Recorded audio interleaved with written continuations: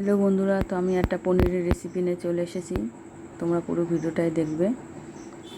আর পনিরগুলো আমি সুন্দর করে হালকা হাতে ধুয়ে নিয়ে নুন হলুদ মাখিয়ে নিয়ে ভেজে নিলাম। তো ভাজাটা আমার সেরকম করে ভাজতে হবে যাতে রান্নার পরে পনিরগুলো খেতে শক্ত হয়ে যায়। অনেকে পনির ভাজার পরে আবার হলুদ জলে ভিজিয়ে রাখে, আমি সেটা করি না, কিন্তু তবু পনিরগুলো আমার খুব সফট হয় রান্নার পরে।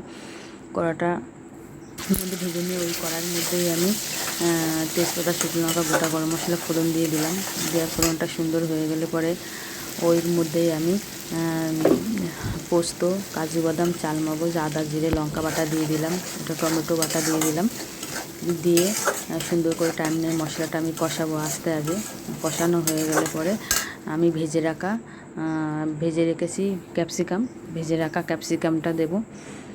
দিয়ে আমি পনিরগুলো দেব, দিয়ে আবার একটু কষিয়ে নেব। তো বন্ধুরা, ভালো লাগলে অতি অবশ্যই আমাকে বলবে। তো তোমরা ঘরে এরকমভাবে ট্রাই করবে। সবসময় একই রান্না ভালো লাগে না, রান্নাটা একটু মন দিয়ে মানে ভাবনা চিন্তা করে রান্না করলে নিশ্চয়ই ভালো হবে রান্নাটা।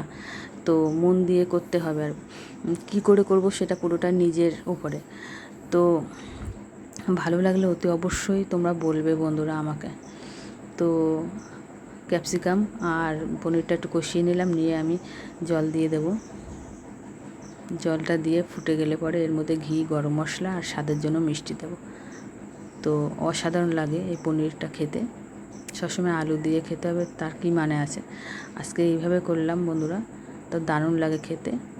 আমার তো খুব ভালো লাগলো খেতে। আর পনিরগুলো কি সুন্দর সফট লাগলো খেতে, মানে কি বলবো, দারুণ হয়েছিল পনিরের তরকারিটা। তো তোমরা অতি অবশ্যই বলবে তোমাদের কেমন লাগলো।